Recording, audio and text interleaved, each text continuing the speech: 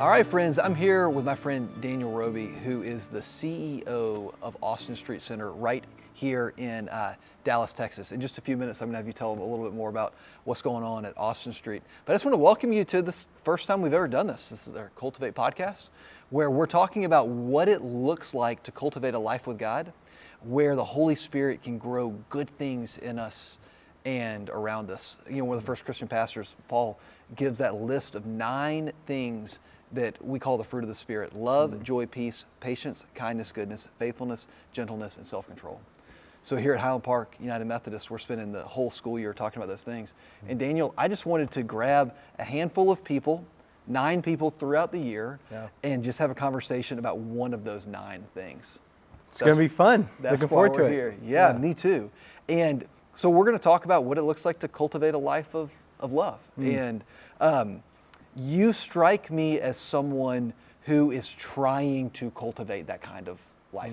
It doesn't mean that you're an expert at it. Sure. You know, certainly not. But you're someone who, again, sees the importance of living a life where love is growing in you and growing around you, and I've seen that. So we're going to have a conversation around that. Sound pretty good? Sounds awesome. Yeah. I've had a lot of good examples in my life. So. Well, let's get into that. Tell me just a little bit. Again, we're going to get into the work of Austin Street and all that stuff, including some just really exciting work that's happening down there. But tell us a little bit about kind of your background, who you are. Okay. Well, I feel like I'm sitting in what feels like home to me. Yeah. I mean, Highland Park United Methodist Church has always been home for me. Obviously, growing up here, I think about just formation in my growing up years. I think about learning to worship with Walt Markham playing his 12-string guitar. Humble thyself in the sight of the Lord, and and so I have such fond memories of that, and such fond memories of like all the different choir tours and mission trips and all the stuff. And each one of those, I feel like for me, was a seed planted that each kind of grew differently. And of course, a big part of that was it was through Highland Park that I first volunteered at Austin Street when I was a kid, right? So full circle for sure. I feel really blessed to have such extraordinary mentors, spiritually, both through the church as well as at home. Obviously, both of my parents have had a very meaningful investment in my spiritual life in different ways, in ways that may not be apparent to all the people who know them and love them. Okay. Lots to talk about there. But Daniel, your mom, Linda Roby, is one of our pastors here. Yeah. And she's here now. We brought her back a few years ago. She spent a few years at another church. Yeah. And then we brought her back a few years ago. We're so grateful that she came back here. But was she on staff as a clergy person when you were a kid, or was that later in her life? No, it was kind of around the time of I guess around the age that I am now. I mean, midlife, Okay. So I was in high school at the time. I'll never forget, like, it was almost like God was doing something in our family all in different ways around the same time. Okay. I remember one time waking up in the middle of the night, having had some kind of dream, about Jesus, and I go downstairs.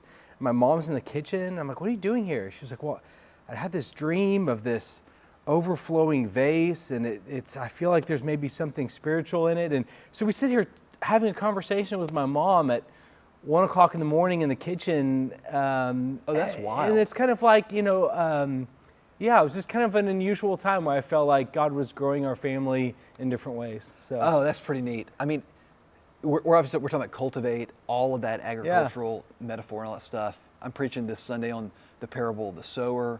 And yet just this idea that the seeds are being thrown out all the time. Yeah. All the time. Yeah. And a lot of them don't grow. But when it says that there were those who didn't understand and then the evil one took them away, I've always thought like there wasn't anything that they did. They didn't get it. But when you dig into what's underneath the Greek there, that to understand isn't just a matter of, I don't get it. It's understanding is like the process of seeking to understand. It's being open to what what does this mean? What does this mean? Yeah, right. totally. So like when you talk about your family, y'all both have that dream, but you have it, but you don't just roll back over. You actually get up and you begin to ponder it. Yeah. And it's through like the pondering that seed can germinate in us. Yeah, and who knows, maybe I just ate something funny before I went to bed, could be anything. I doubt it. I certainly am like, I want to be the person who is aware, who constantly in the back of my head is, okay, what's God doing now? Like what do I need to, how do I need to shift or adjust myself to be, a part of whatever it is that that he's working on. What does that look like in a pretty practical way? Because I get theoretically what it looks like to kind of always be open to that. Yeah. How does that play out in your life? Yeah, well, some of it is that I think there's the personal, so like the I don't want to call it introspective, but the part that's saying, hey, how am I showing up in the world? What do I need to change? What do I need to repent of, or who do I need to apologize to, or all that kind of stuff? Right. And the other part of it is being aware about loving others.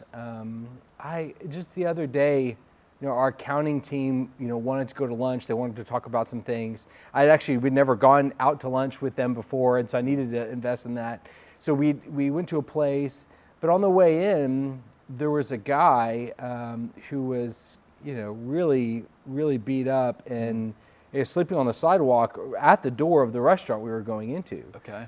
So it's like, okay, like I'm here, I'm on this mission to do this thing, right? But here there's this person, and what responsibility, I just kind of compel, like, hey, what can I do for you, right? And I'm kind of in an unusual circumstance that, it's not hard for me to make sure somebody can have access to, shelter or something or whatever. And so, it was a great conversation with that guy. And, I invited him in. And he also, he couldn't stay, but he, we ordered him some food and he took it outside. And I don't know if I'll see him again or not, but I hope that in the same way that this church planted seeds in my heart and life, that was a seed that was planted that maybe might harvest later, right? Maybe he shows up at the shelter one day, maybe I come across him somewhere else, and maybe he remembers. Oh, I love that. You talk about the good seeds that were sown in you through the church. For those of you that are Cornerstoners, Daniel was one of our first guitar players in Cornerstone. Really, really bad. When you were in high school, when Cornerstone was in the Biggers building. Yeah, that's true. A long time ago. Here you are. So when you think about those seeds that were sown in you early on, it's the community of the church. It's your family, right? It's just the things that you learn through Walt about practicing the disciplines and all those things. I had a mentor of mine tell me one time, he said, I've always been a Christian, but only insofar as I've understood what that means. Yeah. And I can relate with that. I grew up in church and all those things. But over my life, what it meant to be a Christian grew and evolved for me, and I began to realize, this is something that I could actually build my life around. Yeah. That when I just try to fit it into my life, I'm not experiencing the fruit of it. Yep. When it becomes the thing that's not just fit into my life, but that my life's built around, there's something to this. What was that like for you? How did you evolve and grow in your faith over time? And that you don't have to get into this now, but also a big part of your passion has become, working with the poor. Yeah. And how did that grow in you? Yeah, I think, faith in general for me, probably when I was younger, was just like an identity. Like this is, I'm a Christian, right? People that I go to church with are Christians. Maybe later on, I would see it as an experience. But I think where I've landed is just in being the Christian is a moment by moment choice, of like, what do I do today in this moment? And do I respond with, faith values, with what I believe in, or do I not? And I've got lots of examples of both of those stories, and lots of memories of, making mistakes and then coming to Highland Park on the next Sunday morning and realizing, this is a chance for me to renew and start again. So, yeah. Yeah. Yes. Yeah. I think we could all relate with that. Yeah, right? And I think people they certainly assume this, given what I do for a living. They may, for you, given what you do for a living too, that Sure. we kind of have this figured out, but we don't. It's kind of the understanding thing. The understanding is growing. Yeah. I mean, I'm always Yeah. still trying to figure out more and more, what does it look like to live that life of faith, that trust. Yeah. And I think people think about poverty too, and serving others as if it's different, but it's not in my experience. Meaning the same way that I'm trying to figure out, okay, like, do I love and serve my wife and kids or this stranger or this customer? Like, in the same way, it's a moment by moment decision about if I'll make that choice to reach out and serve somebody that's in need.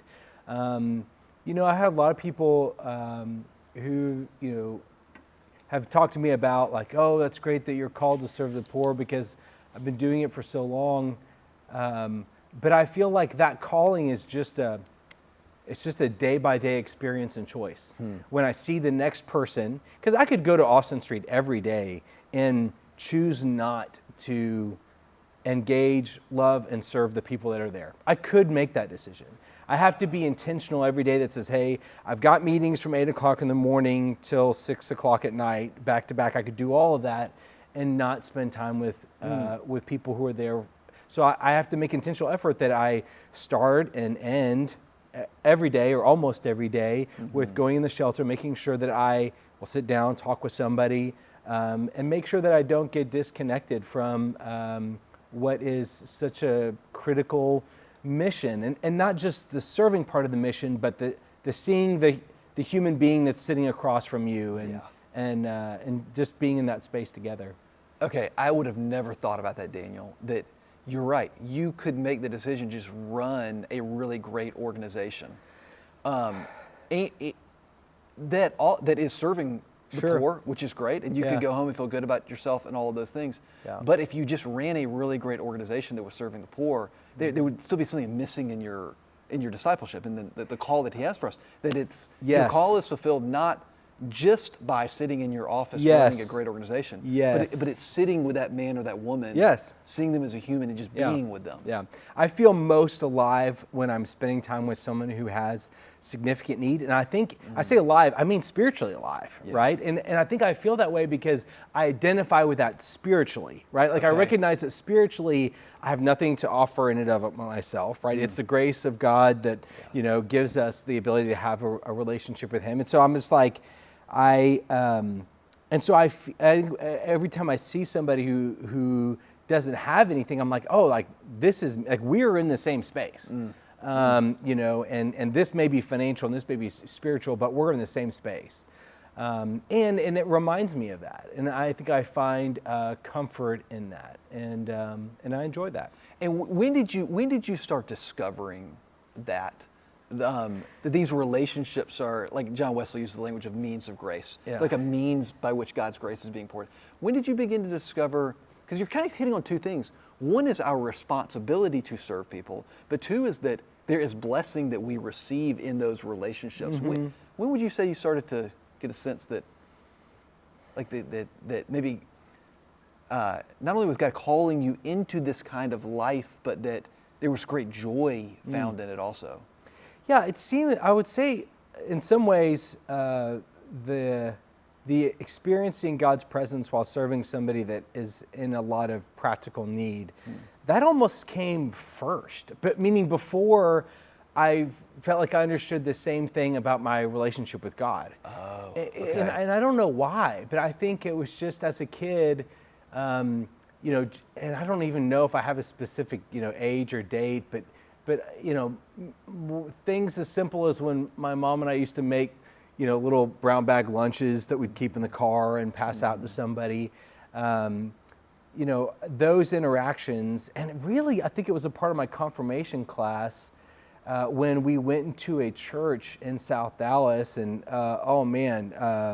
the choir there was humming. It was a very different experience from a typical Sunday morning that I was used to.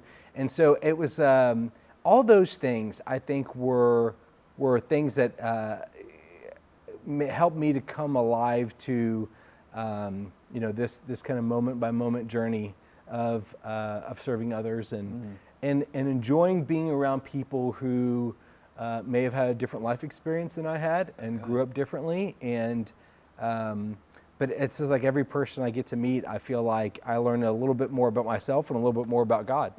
I love that. And one of the things I'm thinking is that like this work that you're involved with, and we'll talk about like you do it professionally, but obviously it's not just a profession. Like this is something that we're all called to do. That it's not just something that you do that is an outgrowth of your relationship with God, but it is also something that is fostering your relationship. Oh, for sure. With God. Yeah. I think a lot of people think, oh man, like it's such great work that you do, but they miss what you're getting out of it. Also, people ask about my call, probably ask about your call all the time. And of course, when they ask about my call to ministry, what they're asking about is why are you, like you're called to do this professionally, right? Like for this to be your vocation. But for me, when I think about my call, it was that summer of 2002, the summer before my senior year of college, where the Lord just really got a hold of my life. And I began to feel, if you want to use that language of called to live as a disciple of Jesus, no matter what I happen to be doing 40 hours a week. Called to follow, Yeah, and it's hard to get through the board of ordained ministry like that because they want to hear like that you're called to be a pastor. And I feel like that is a call in my life, but the primary call is to be a disciple of Jesus, which I could do in a variety of different ways. And I feel like the skill set that I have happens to line up well to do this kind of stuff. Yeah, well, I was thinking about that because like, what is your day-to-day like? If I had to guess, you probably answer a lot of emails. I do. You probably have a handful of meetings. You probably have a couple phone calls. The mechanics of day-to-day work is pretty similar in, a whole myriad of kind of white-collar jobs for sure. So given that that's everyone's work life, how we engage in that work life, like that is what is powerful. And certainly, like, I'm not going to brush over the fact that we have a chapel on campus. We've got Bible studies happening. The table is meeting there every Sunday. Like, there's a lot of things that are uniquely spiritual to our environment. But, to your point, it's like our day-to-day mechanics are the same. Do we choose to follow? If I'm frustrated about something at work, right? Do I pop off or do I try to lean into patience and peace or whatever? Right. Yeah. That's right. Yeah, I think some people assume, you work at a church, like everything must be great all the time. Everybody's happy. I mean, we deal with all of this thing, and hopefully we deal with those issues differently than maybe another organization would. Yeah. But we end up dealing with a lot of the same. People are people everywhere. Right. A lot of the same kinds of stuff. How did you decide to do this professionally? Because you could have done other things and still had a heart for and served the poor. But how did you decide to do this? And we've talked a lot about Austin Street. I know a lot about Austin Street. Yeah. A lot of the people listening won't know a lot about it. So I think we should also fill people in on this place that we keep talking about. Yeah. That's a good point. In terms of my experience, how I got into it, when I graduated from Baylor University, and I was involved in all kinds of inner city work, in college. Were you involved with Mission Waco? I was, okay. yeah, love great. them. Yeah. Oh, they do great Jimmy work. And Janet. Oh yeah. So Jimmy great. used to come. We actually had a house with a bunch of guys that lived together off campus in kind of the inner city, not far from Jimmy's house and where Mission Waco is. And he would come over and teach us how to help people. Oh, really? And we were fascinated by it. And we struggled. We had we'd invite folks that were homeless to come sleep on our couch, and we were going to help them. And we certainly. Where it comes to outcomes, our success rate was very limited, but I learned a lot from living with people. What is that verse in the Old Testament? Is this not what it means to know me, says the Lord, but to bring the homeless poor into your house? I read that and I was like, well, I want to do that. Yeah. And I'm not encouraging everyone to do that, but it was certainly a learning experience for me doing that. So then I moved to Portland, Oregon after college. I married my high school sweetheart. And let me tell you, there are a few rare group of people that would commit to, people living a unique as life experience, as certainly our early married life was. Okay. We had young kids, and we also still had people who were homeless come and move in with us. Did and you? there were times that was really not a good idea, and I learned from that experience. But I think moving to Portland, Oregon, just really wanting to get away from Dallas, I didn't know what to do with my life. I kind of felt this calling to follow, Yeah. right, to be a disciple, but I didn't know what that was going to look like. I remember interning, trying to go work for a insurance company, and they were interviewing me, and they were like, "I don't know what you're about. You're a unique Really? guy. It Like, couldn't this make is a sense no." of you? Yeah, and then after that, I got a job at Starbucks, and my parents, I don't say they disappointed, but certainly trying to, putting me through Baylor for me to work at Starbucks was probably not their intended destination. Portland, Oregon. Yeah, in Portland, Oregon. Right, Yeah, halfway across the country. yeah. But going to and from work every day, I would walk through downtown, and there were dozens of people that were homeless, mostly homeless youth in Portland.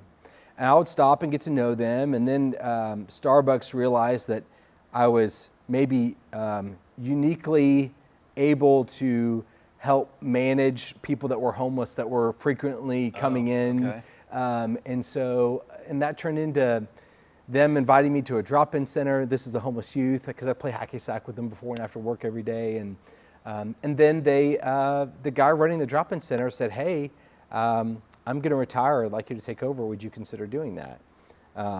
Which it was still technically a part-time job to do that. So I was trying to support a family as we had our first kid at that point, but so in many ways I fell into it, but in many ways I was drawn in, Okay.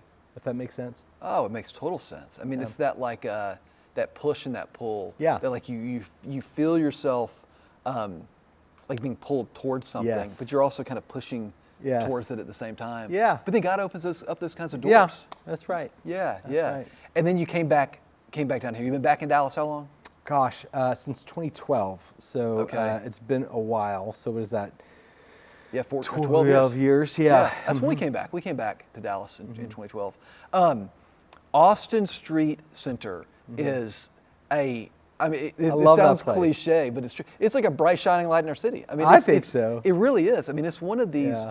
organizations that we talk around here about how we want to help foster, support sustainable frontline nonprofits. And y'all are just right on the front lines. Yeah. You're doing it in a way where it's not just a flash in the pan, it's sustainable. You're folks who know not just that you want to love people who are struggling with homelessness, but that you also want to do that the right way. Yeah. And you just strike me as a group of people that's always trying to discern how do we do this Yep. better. Yep.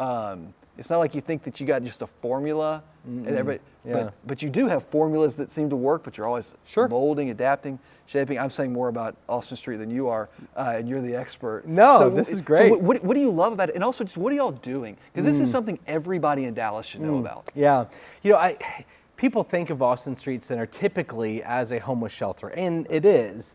But that's not really probably an accurate picture, because I would say it started as an emergency shelter for people who were homeless. And it's become so much more because we have an incredible group of people and incredible community that supports it. I got to Austin Street in 2015, fantastic board, committed to kind of this, faith-based organization and seeing it grow and develop. And as we looked at it, there was 360 people that would come in for shelter, and then they would leave during the day, and then they would come back. And it was a great resource for the city that had a great longstanding community partnerships, because it really was the community coming to serve their homeless neighbors. I mean, churches would sign up for, dinner every single night and bring that dinner down there. It wasn't like we had some big food budget and all this stuff. Yeah. And so I think over time, we've just been identify, every year or so, a new identified need or a gap in care for these people that we're trying to help. And so, what started off as realizing, hey, this night-by-night shelter thing is good, but people leave and then they just wait to get back in. wouldn't it be great if people were able to come and go as they need to find work and access resources? So we said, okay, let's do that, right? Let's make it so that once you're here, you're with us until we find you a permanent place.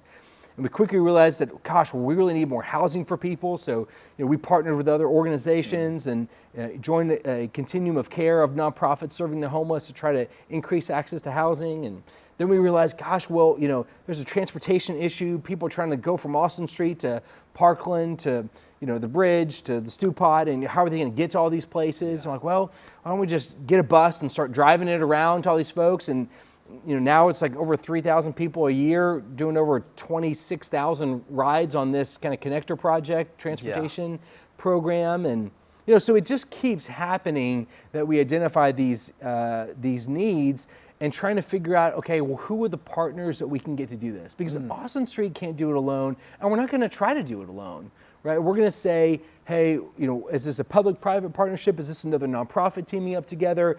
Is this really need to be volunteer-driven, where Austin Street's out and empowering others to do the work? Like, whatever it takes to be able to address, this specific population, make sure they can have a permanent place to call home.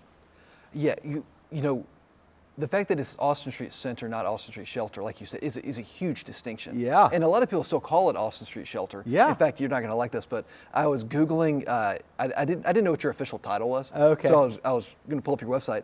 And when I typed in Austin Street, it autofilled as Austin Street Shelter. Okay, yeah. On Google, right? Yeah. But it's important because you are doing the housing of people who do not have a place to sleep at night. That's right. Is crucially important. Yes. But y'all are doing so much more than that. Yeah. When you first told me about the bus deal, the bus deal is like mind-blowing. Yeah. Mind-blowing to me.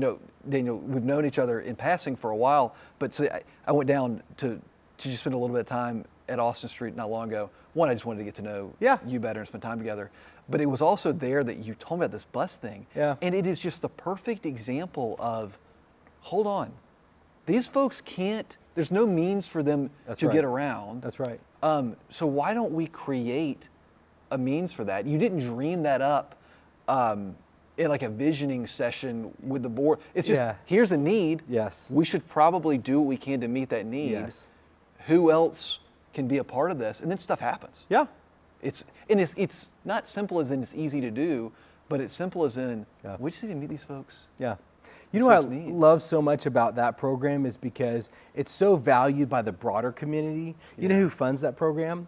DART supports it, but so does the Stew Pot, so does Our Calling, so does North Texas Behavioral Health Authority, so historically has City Square. So like basically it's at such an identified need that everyone is saying, hey, we need to have this happen, right? And that's what you want to be a part of. The things that everyone sees, gosh, why didn't we think of this sooner, right? This is so useful for the entire community. So it's cool that someone can leave Austin Street in the morning, right? Go get their ID at the Stew Pot, by mid-morning, right? Get their prescriptions filled at Parkland, right? Go to the bridge and get lunch and be back at Austin Street in time for dinner.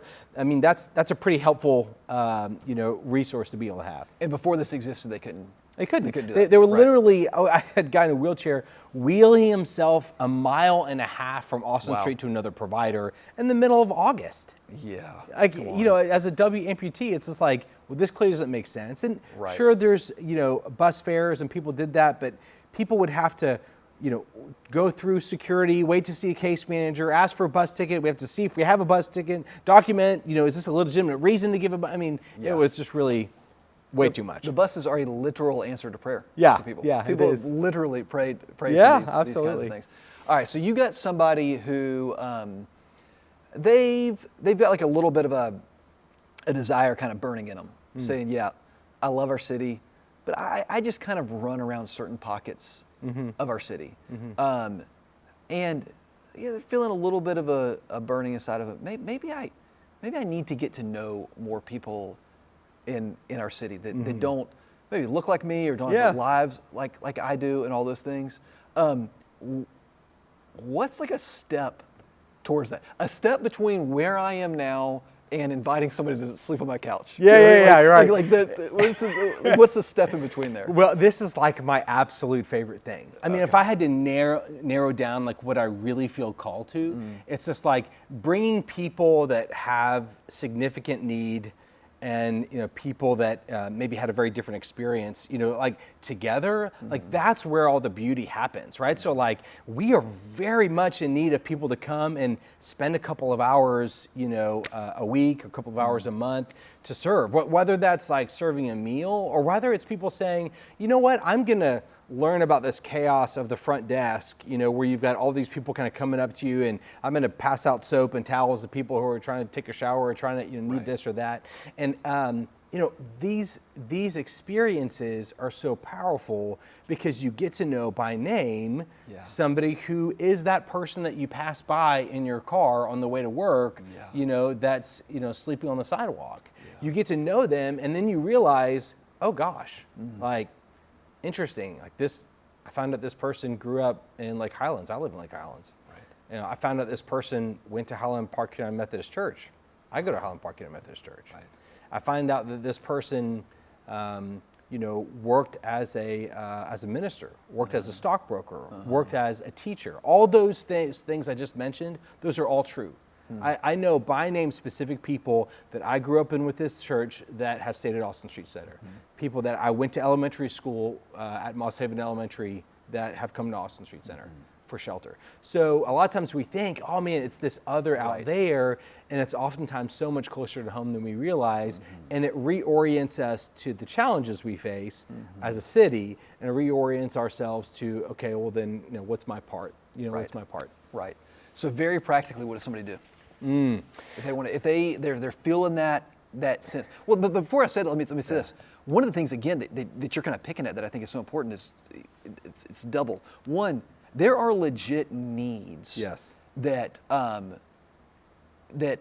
in our city that truly anybody can meet. Sure. I can fall into the temptation of thinking, oh, they don't actually need somebody to bring a meal down there or to serve at the front desk. Or they go, no. There are legit, right? There are legit needs that anybody can meet that will make a real practical impact the minute people show up. Oh my gosh. And then the other side of it too is, if experience tells us anything, when you step into that space, you will also experience in a unique way, like the grace of God. Like there is something about that.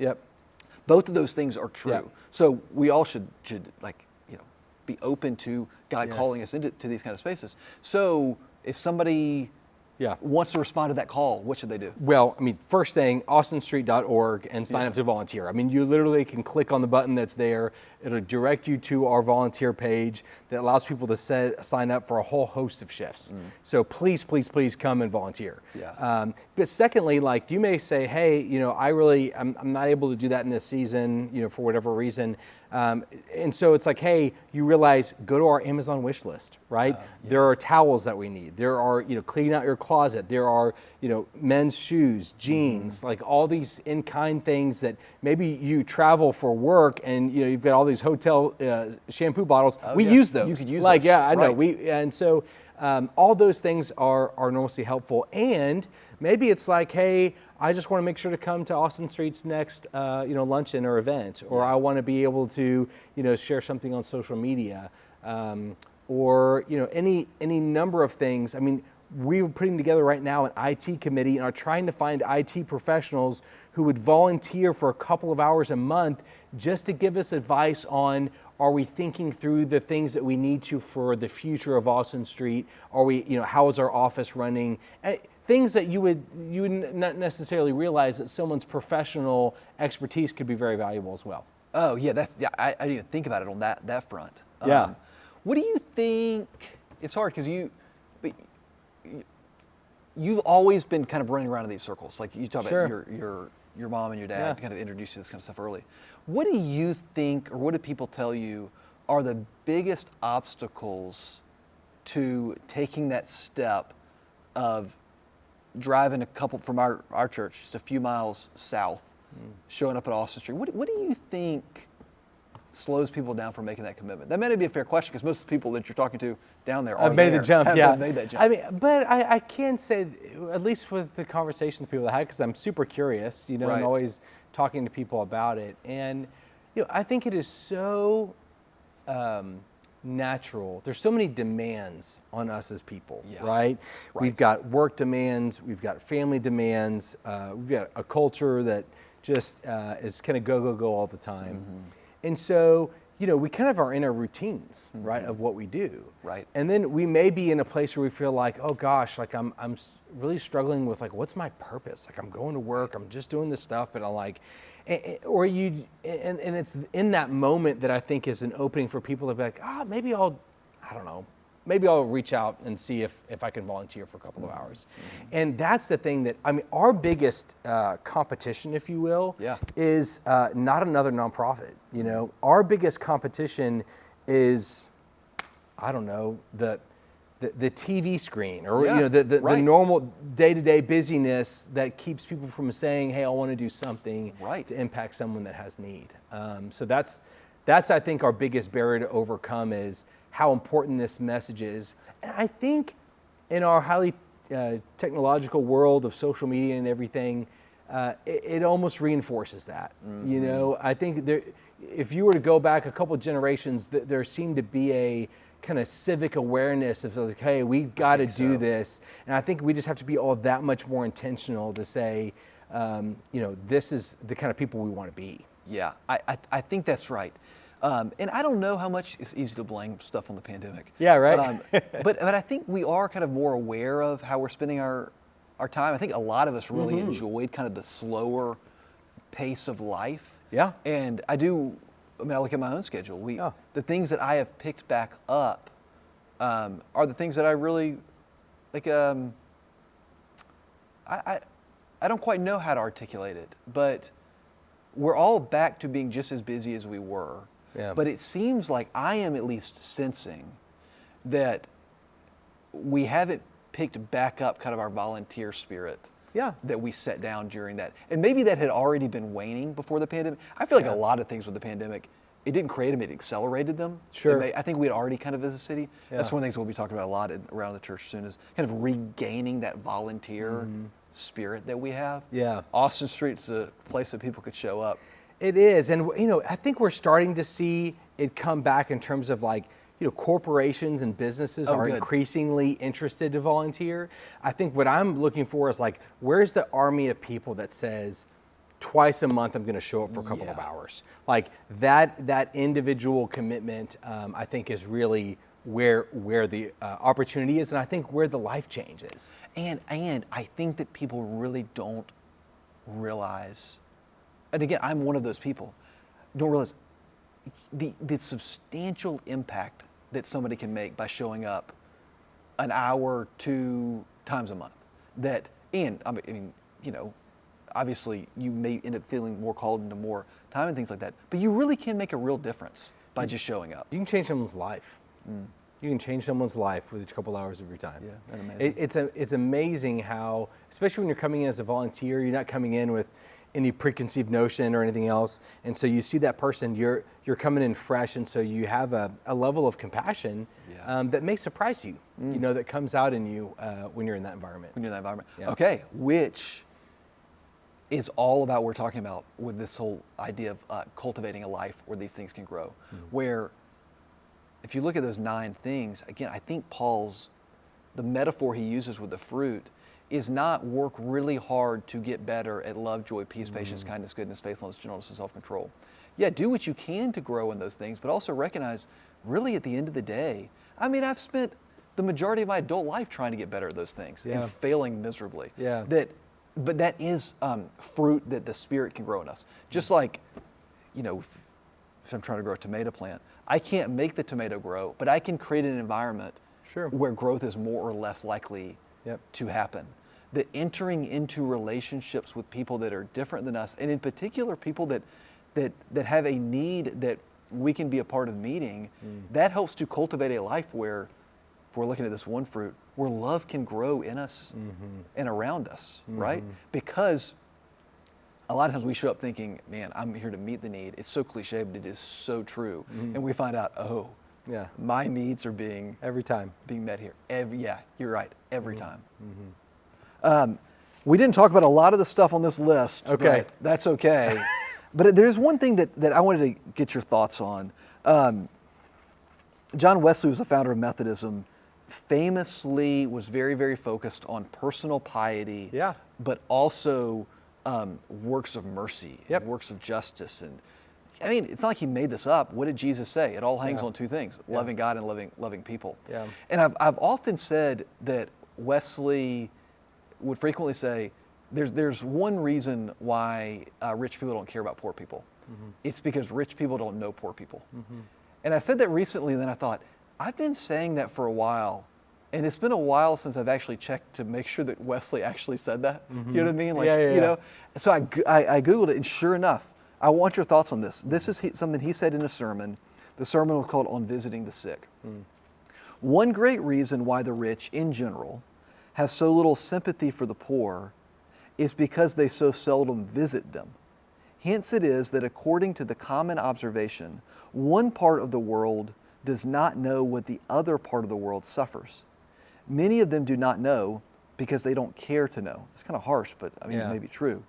They keep out of the way of knowing and then plead their voluntary ignorances an excuse for the hardness of their heart.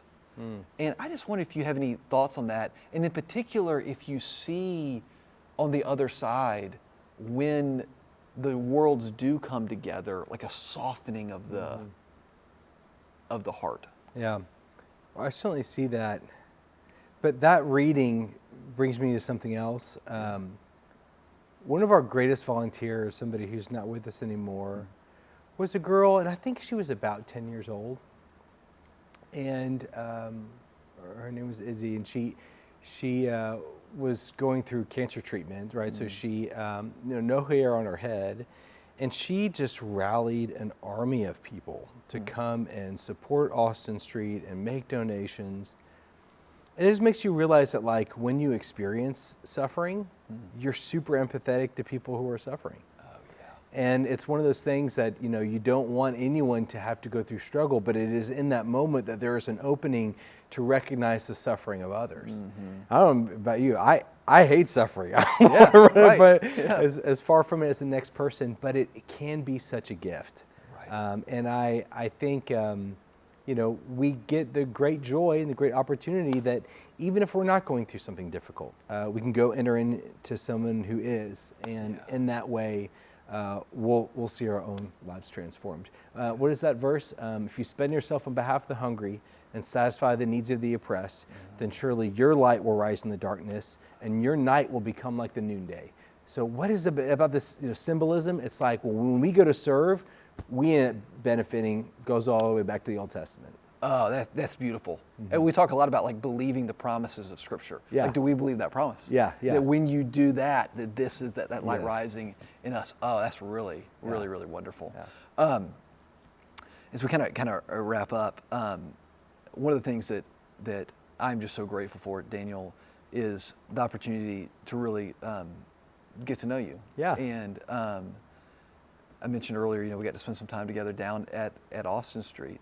And just the depth of your just faithfulness and compassion and all of those things. I think for a lot of people, what they think is that someone becomes deeply compassionate and deeply faithful and all of those things, and then they show up to serve. Yeah. But your story is a testament of, no. Yeah. Like, you show up to serve. Yes. And then you grow in those things. Yeah. That the work that you're doing is fertile ground for the fruit of the Spirit. It cultivates. It cultivates. Yeah, he said it, not me. Yeah, that's right. It cultivates that kind of life. It does.